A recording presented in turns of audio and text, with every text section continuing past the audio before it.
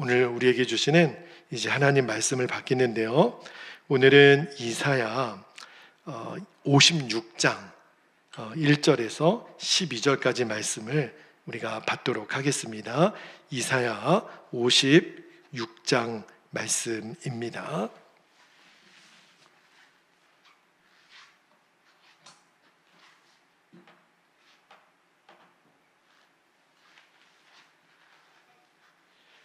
자, 말씀을 한 절씩 교독하여 받도록 하겠습니다. 1절 먼저 읽겠습니다. 여호와께서 이와 같이 말씀하시기를 너희는 정의를 지키며 의를 행하라. 이는 나의 구원이 가까이 왔고 나의 공의가 나타날 것임이라 하셨도다.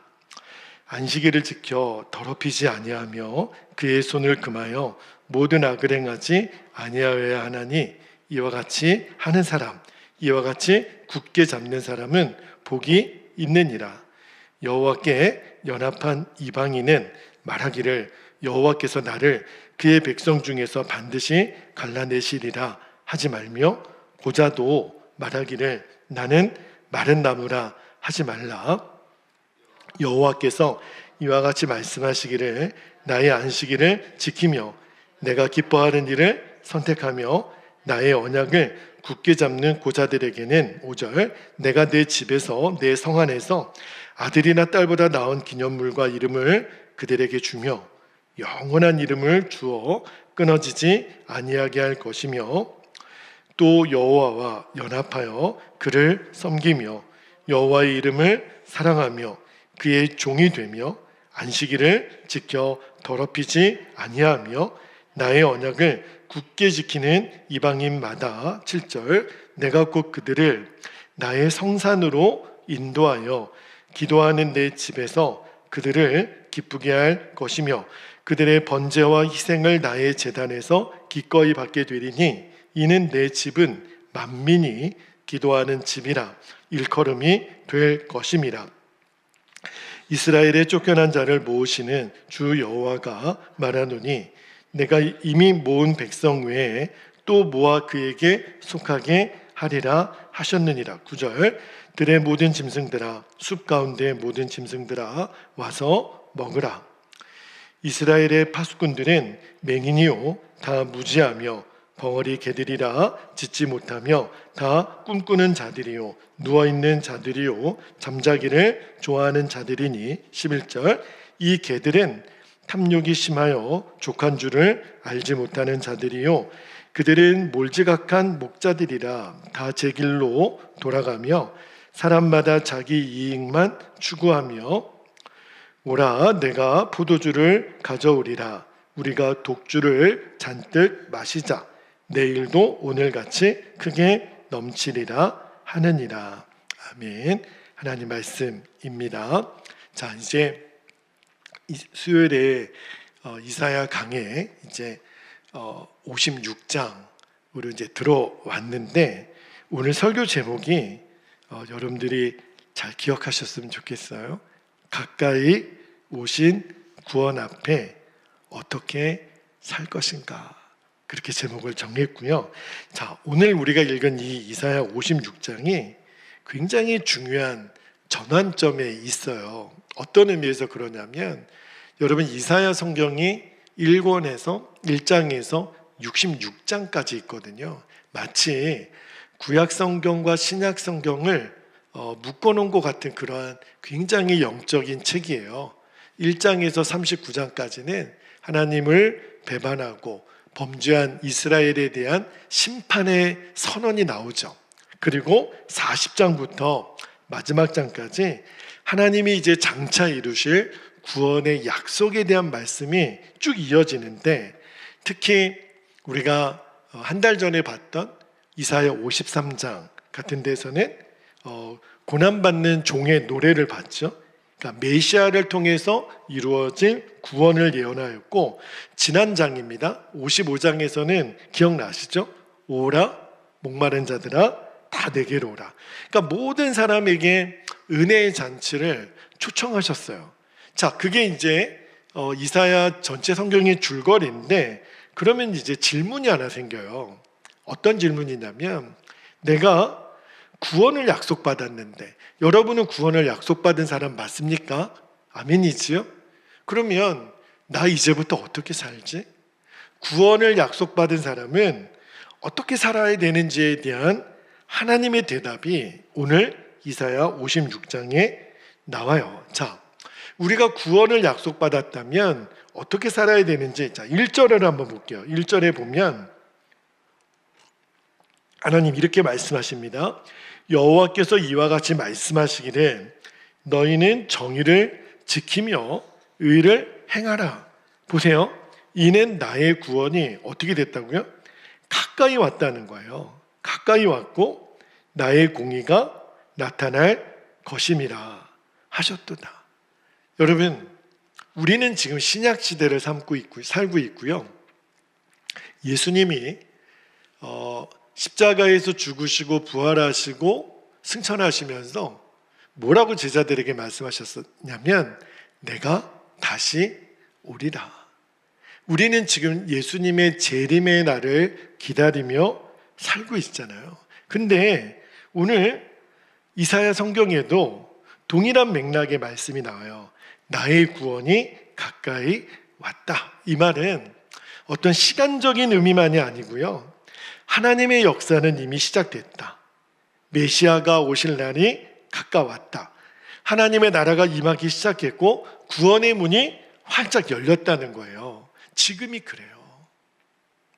여러분, 이제 주의 구원의 날이 점점 다가오고 있는데, 자, 그런데 문제는 하나님이 예수님 재림의 때가 점점 다가오고 있는 이때에 우리는 어떻게 살아야 되지?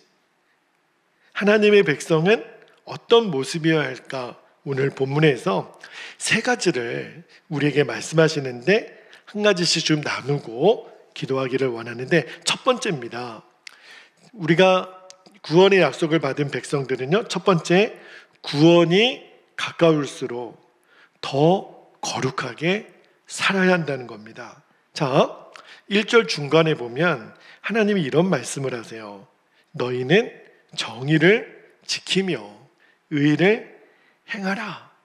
여러분, 이제 구원의 날이 가까우면 제 생각에는 이제 좀 편안할 때도 됐고 눈물도 좀 닦아주시고 모든 게 좀 만사형통하면 좋겠는데 주님 그렇게 말씀하지 않으시네요. 이제 편안하게 살아 이렇게 말씀하지 않으시고 너희들이 구원이 가까울수록 더 정의를 지키고 의를 행하라. 한마디로 말하면 거룩하게 살라는 거예요. 왜 그렇죠? 진짜 우리가 구원받았다면 진짜 구원은요, 우리의 삶을 거룩하게 바꿔냅니다. 그러니까 내가 아직도 주의 거룩의 능력이 내게 나타나지 않는다면 주님, 내가 받은 구원을 여러분 점검하셔야 됩니다. 너무 많은 사람들이 나중에 좋아지겠지, 절대 그런 일이 없어요. 지금 내 안에 거룩의 능력이 나타나지 않으면 주의 구원을 약속받은 사람의 모습이 아니라는 것을 아셔야 됩니다. 우리는 많은 성도들이 착각하는 것 중에 내가 이렇게 신앙생활을 오래 했는데, 내가 이런 직분도 받았는데, 내가 예수님에 대한 분명한 믿음의 고백이 있으니까 그러면 나는 구원받는 거지. 맞아요. 근데 문제는 그 구원이, 그 복음이 나를 바꾸는가?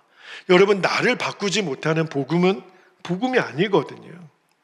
그냥 삶이 어떻게 되든 구원은 받는 거지. 그 구원파들이 그런 이야기를 하는 거죠. 심각한 오해예요. 성경은 그렇게 말씀한 적이 없어요. 잘 보세요. 야고보 사도가 야고보서 2장 26절을 한번 볼게요. 야고보서 2장 26절에 보면 보세요. 영혼 없는 몸이 죽은 것 같이 행함이 없는 믿음은 뭐라고요? 죽은 것이라. 우리가 구원을 받았다면 구원받은 자의 삶이 나타나야 된다는 거예요. 자, 사도 바울이 에베소서 2장 10절에 이렇게 말씀하시죠. 자, 에베소서 2장 10절도 한번 볼게요. 우리는 그가 만드신 바라 그리스도 예수 안에서 선한 일을 위하여 지으심을 받은 자니 이 일은 하나님이 전에 예비하사 우리로 그 가운데서 행하게 하려 하심이니라. 물론 여러분, 구원은 행위로 얻는 것은 아니에요. 믿음으로 얻는 거죠. 그러나 구원받은 사람에게는 반드시 나타나는 열매가 있는데 그게 거룩이라는 거예요. 내 삶에 거룩의 열매가 나타나지 않고 있다. 이 말은 내가 진짜 구원받은 사람이 맞나? 여러분 정말 돌아봐야 돼요. 왜냐하면 오늘 주님이 이사야를 통해서 주의 구원이 지금 가까이 오고 있는데 너희 안에 구원받은 자의 삶의 열매가 있어야 된다는 거예요. 그게 뭐냐면 의를 행하라. 여기 의를 행한다는 거는요, 단순히 착하게 살라, 도덕과 법을 잘 지키라, 그런 의미가 아니에요. 하나님의 기준으로 사는 걸 말해요. 그러니까 죄를 바라보는 것도 내 기준이 아니라 하나님의 기준으로.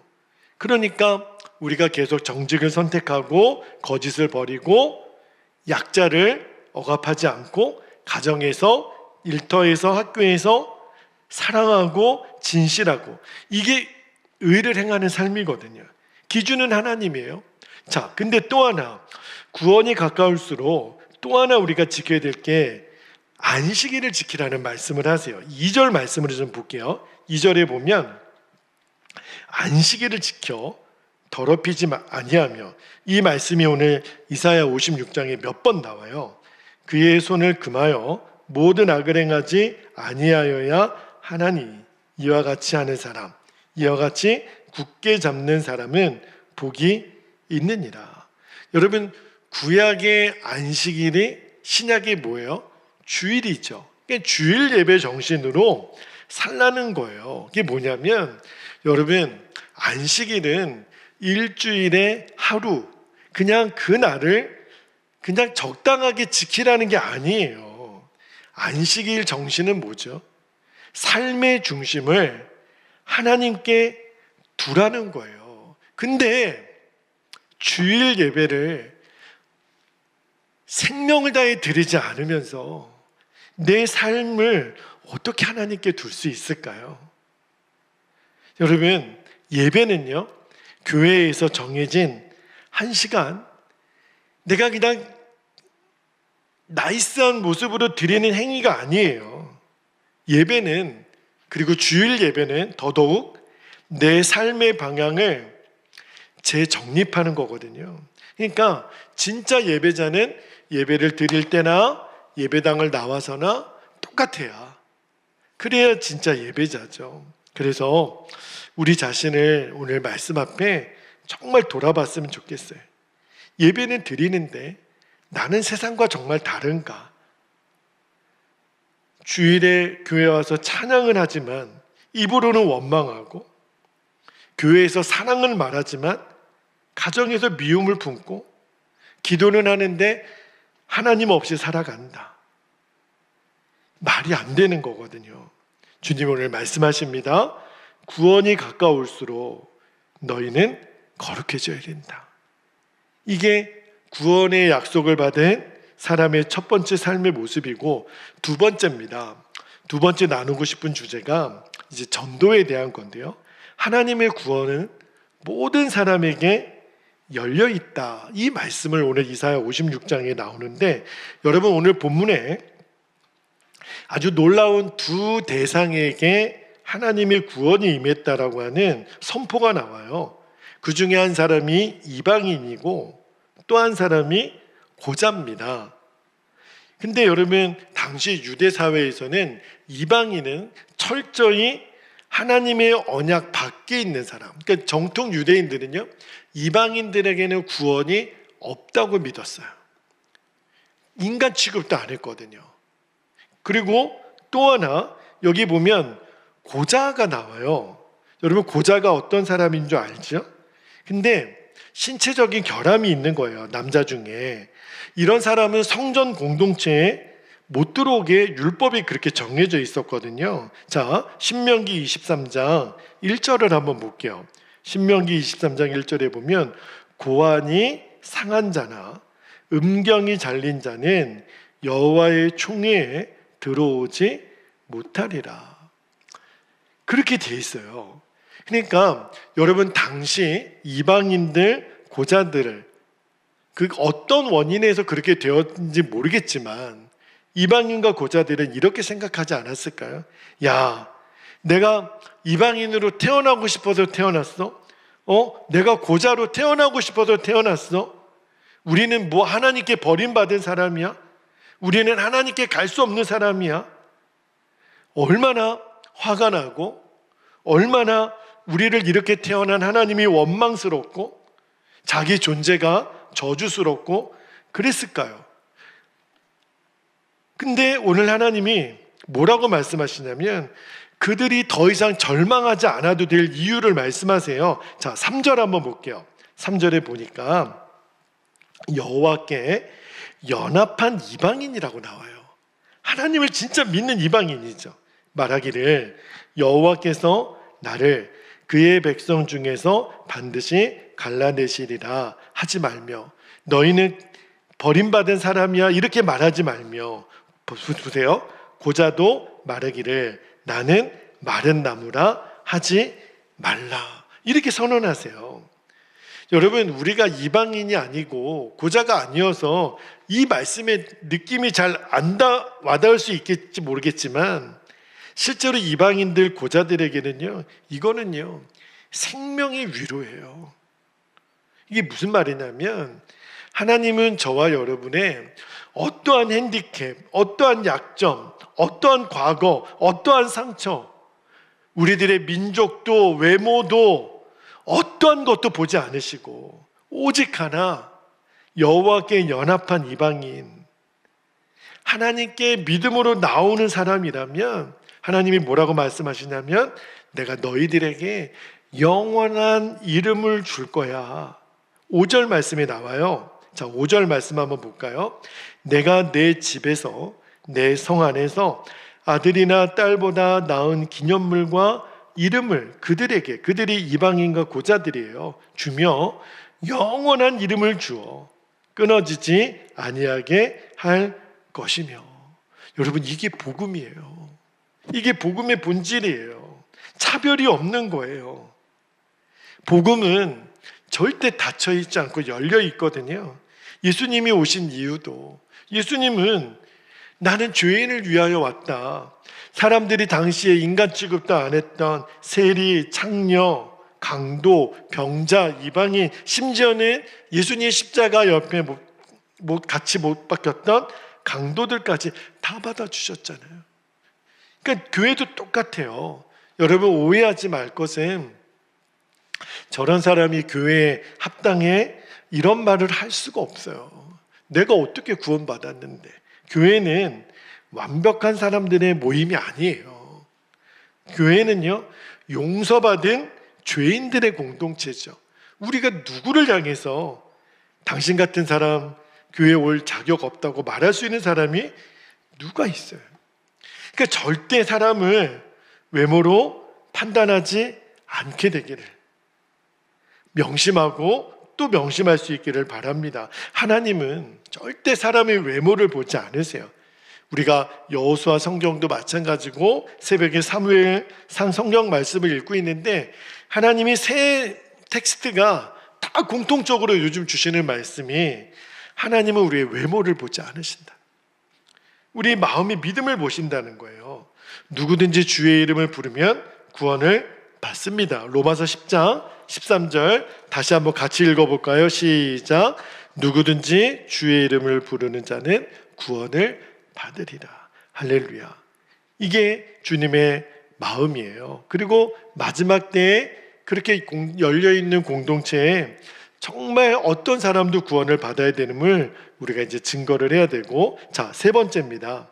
세 번째 주시는 말씀의 진리가 뭐냐면 오늘 본문의 핵심인데, 교회는 만민이 기도하는 집이 되어야 한다. 이 말씀을 좀 나눌게요. 자, 오늘 본문의 핵심, 7절이 이제 이방인들과 고자들에게 하나님의 위로의 메시지를 전하면서 이렇게 말씀하세요. 7절에 내가 곧 그들을 어떤 사람도 차별 없이 여호와께 연합한 자, 믿음으로 나오는 자, 그들을 나의 성산으로 인도하여, 그 다음이 중요해요, 기도하는 내 집에서 그들을 기쁘게 할 것이며 그들의 번제와 희생을 나의 제단에서 기꺼이 받게 되리니 이는 내 집은 만민이 기도하는 집이라 일컬음이 될 것임이라.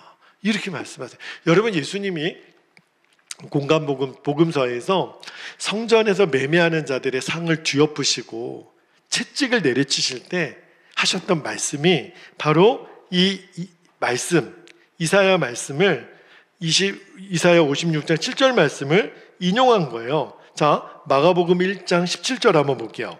마가복음 1장 17절에 이에 가르쳐 이르시되 기록된 바, 이 이사야 56장 7절 말하는 거예요. 내 집은 만민이 기도하는 집이라 칭함을 받으리라고 하지 아니하였느냐.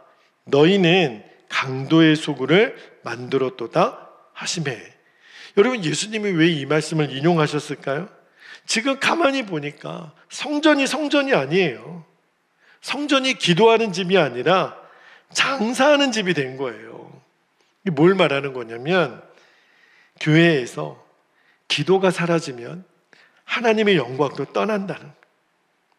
교회에 능력이 어디에 있을까? 어떤 프로그램, 건물, 지도자, 사람의 숫자 아니에요. 교회가 교회되는 것은 기도입니다. 여러분, 초대교회의 강력함이 기도에서 나오는 거거든요. 여러분, 오순절 성령 강림 사건도 그 마가의 다락방에 120문도가 모여서 기도할 때 성령이 임했잖아요. 베드로의 담대함도 사실은 기도에서 나온 거예요. 말씀을 묵상하면서 주님이 그런 마음을 주세요. 베델교회는 정말 기도하는 교회일까? 여러분의 가정은 기도하는 가정일까? 나는 기도하는 사람일까? 그죠? 여러분, 기도는 문제를 해결하는 도구가 아니라 하나님과 동행하는 생명줄임을 꼭 믿게 되기를 축복합니다. 기도가 살아야 내가 살고, 기도가 살아야 우리 가정이 살고, 기도가 살아야 우리 교회가 삽니다. 그리고 하나님이 8절에서 사람들을 모으시겠다. 제가 이 말씀을 읽다가 눈물이 나더라고요. 8절 제가 한번 읽어볼게요. 이스라엘의 쫓겨난 자를 모으시는 주 여호와가 말하노니 내가 이미 모은 백성 외에 또 모아 그에게 속하게 하리라 하셨느니라. 8절 말씀을 읽다가 너무 좋아서 아멘, 아멘, 계속 아멘 했어요. 여기 내가 이미 모은 백성 외에, 이미 하나님의 백성이 돼서 예배 공동체에 있는 우리들 외에 보세요. 또 모아 그에게 속하게 하리라 하셨느니라. 또 있다는 거예요. 잃어버린 영혼들이, 하나님이 지금 이들을 찾고 계시는구나. 이들을 지금 오게 하실 거구나. 이게 우리 베델교회 존재 이유라고 믿어졌습니다. 우리가 이번 주에 우리 연회에서 하는, 저는 이렇게 진행되는 일정들이 혹시 우리 교우들에게 전도를 어떤 이벤트로 여겨질까 봐 제가 어떤 선교 대회나 이런 전도 프로그램을 진행할 때마다 담임 목사로서 마음이 부담이 있어요. 그래서 저희 교회에서는 제가 우리 교회에 와서 뭐 총동원 전도주일, 뭐 전도축제 이런 것들을 거의 하지 않았습니다. 왜냐하면 꼭 그런 것들이 프로그램이나 이벤트로 여겨지게 될까봐, 그것이 학습될까봐, 물론 그런 어떤 열심을 품고 이렇게 그런 축제 같은 분위기를 만드는 것도 너무 중요한데, 근데 제 마음의 중심은 전도는 이벤트가 될 수는 없잖아요. 그런데 7월 19일을 준비하면서 제가 우리 교회 중진들에게도 이미 부탁을 드렸고, 우리 교회 성도들에게 자, 작정하여 명단을 내신 분들도 계시지만 저는 이번 주일에 한번 보고 싶어요. 여러분들이 정말 지금까지 기도해 왔고 누군가를 구원하기 위해서 기도해 오셨다면 그분들을 정말 초청해서 이번 주일에 꼭 함께 예배 드릴 수 있기를.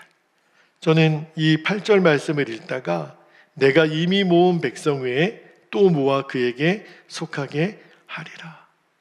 정말 아멘이 되더라고요. 여러분, 이게 우리 교회가 존재하는 이유라고 믿습니다. 그런데 여기서 한 가지만 더 우리가 경계해야 될 것을 좀 나누고 기도하기를 원하는데, 네 번째 주신 말씀이 구원이 가까울수록 더 경계해야 될 것이 있다. 이거를 기억하라는 마음을 주세요. 자, 오늘 원래는 제가 요 8절로 말씀을 끊고 그 다음 주에는 57장으로 넘어가려고 했는데 마지막 9절하고 12절이 좀 너무 부담이 되는 거예요. 왜냐하면 분위기가 확 바뀌거든요.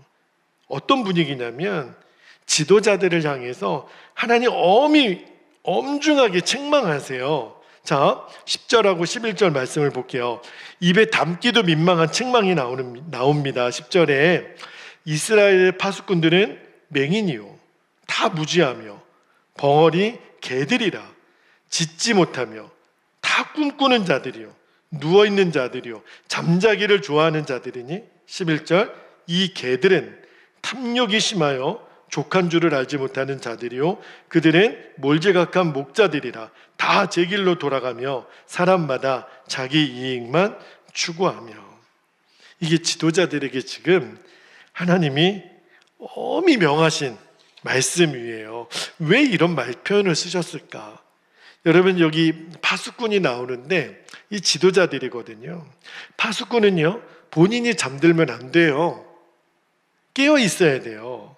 그리고 그의 사명은 백성들을 깨우는 사람인데, 그런데 영적으로 잠들어 있는 거예요.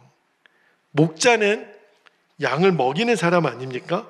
근데 자기 욕심만 채우는 거예요. 이게 영적으로 잠든 거죠. 또 예배는 드리는데 내 마음에 감동이 없어요. 말씀은 듣는데 순종이 없어요. 복음은 아는데 전하지 않아요. 기도는 하는데 하나님에 대한 기대가 없어요. 왜 그럴까요? 지금 영적으로 잠들어 있는 거예요. 그래서 예수님도 성경의 복음서에서 수없이 말씀하신 게 깨어 있으라. 9절 말씀만 볼까요? 마가복음 13장 37절에 예수님이 이렇게 말씀하셨어요. 깨어 있으라. 내가 너희에게 하는 이 말은 모든 사람에게 하는 말이니라. 저와 여러분에게 주시는 말씀이에요. 깨어 있으라 하시니라. 마태복음 24장 42절 한 절 더 볼게요. 그러므로 깨어 있으라. 어느 날에 너희 주가 임할는지 너희가 알지 못함이니라. 여러분, 주님의 때가 가까이 올수록 영적으로 잠들지 말아라. 이게 다른 말로 하면은 우리 교회가 기도하는 집이라 그랬잖아요. 만민이 기도하는 집. 그러니까 기도를 쉬지 말고 복음을 전하는 것을 멈추지 말라. 제가 오늘 말씀을 묵상하다가 여러분 예수 믿고 천국 가시기를 바랍니다. 그러면 다음엔 하시죠. 근데 여러분 예수님 믿고 지금 당장 천국 가시기 바랍니다. 이렇게 들으면 어디 아멘이 나오세요? 당장 지금 천국 가시기 바랍니다. 그러면은 갑자기 아멘이 좀 주저가 돼요. 그 죽으라는 얘기인가? 근데 제가 오늘 이사야 56장을 묵상하다가 주님 빨리 왔으면 좋겠더라. 주님 지금 오십시오. 그냥 지금 빨리 오셨으면 좋겠습니다. 지금 다 끝내주셨으면 좋겠습니다. 그냥 오늘 그런 마음이 많이 들었어요. 어떤 마음인지 주님은 아실 건데, 오늘 이사야 56장 말씀을 여러분과 나누면서 여러분 꼭 기억하셔야 됩니다. 주의 구원은 가까이 왔어요. 그때가 오늘 당장이어도 이상하지 않을 성경의 예언에 의하면 주님이 오늘 밤에 오셔도 이상하지 않을 정말 코앞에 왔습니다. 그래서 오늘 이사야 56장 핵심이 뭐냐면 그럴수록 거룩하게 살라. 구원의 문이 지금 열려 있을 때 노아의 방주가 120년 동안 지었잖아요. 사실은 방주를 짓지 않았던 사람도 방주가 열려 있을 때 들어가면서 산 거예요. 구원을 받는 거예요. 근데 우리가 그 구원을 초청하는 거는 우리의 몫이에요. 주님이 반드시 구원받을 영혼들을 보내주실 줄로 믿습니다. 이번 주일을 위해서 여러분 꼭 기도해 주시고 여러분이 정말 초청해서 함께 예배할 수 있기를. 마지막 세 번째는 우리 베델교회가 만민이 기도하는 집이 되어서 우리가 늘 영적으로 깨어 있기를. 여러분 진짜 구원은 가까이 임한 것을 오늘도 뉴스를 보든지 기도 중에 어떤 기도 제목 리스트를 계속 접하면서 진짜 주님 오셔야 되고 또 주님 오실 때가 너무 가까이 왔다라는 게 또 느껴지고 또 제 개인적으로도 주님이 빨리 오셔야 된다라는 게 느껴져요. 많은 사람들은 점점 예수님 떠나고 있죠. 근데 하나님은 계속 부르고 계세요. 뭐죠? 아직도 구원의 문은 닫혀 있지 않는다는 거예요. 하나님 사랑하시는 것 때문에. 그죠? 여러분, 그러나 결국은 방주의 문이 닫히는 때는 옵니다. 그죠? 그래서 지금이 은혜 받을 때고 구원받을 날인 걸 믿어요. 우리가 마지막 구원의 해가 가까이 올수록 더 거룩하고 하나님 마음을 품고 기도로 깨어 있어서 주의 오심을 잘 준비되는 그런 신랑을 맞을 신부로 잘 준비된 저와 여러분이 되시기를 축복합니다. 자, 이제 우리 기도하겠습니다. 두 가지 기도 제목 여러분과 좀 나누고 기도할게요. 첫 번째는 구원이 가까운 시대를 살아가는 성도로서 날마다 거룩함과 순종함으로 살게 해주시고 영적으로 잠들지 않고 깨어 기도하고 복음을 전하는 삶을 살도록. 두 번째는 우리 베델교회를 위해서 기도해 주셨으면 좋겠습니다. 이제 우리 내 외부 리모델링도 거의 마무리가 됐어요. 근데 주님이 계속 우리 베델교회는 기도하는 교회인가? 주님이 기뻐하시는 만민이 기도하는 집이 되게 해주시고 또 민족과 세대를 품는 열린 공동체가 되어서 오늘 8절 말씀을 읽다가 눈물이 나더라고요. 내가 보내줄 거야. 내가 보내줄게. 열린 공동체가 되어서 많은 영혼이 우리 교회로 와서 꼭 구원받는 역사가 일어나도록 이번 19일 주일에 하나님 그 역사를 이루어 주시도록 이 시간 우리 주님의 이름을 간절히 부르고 통성으로 기도하겠습니다. 주여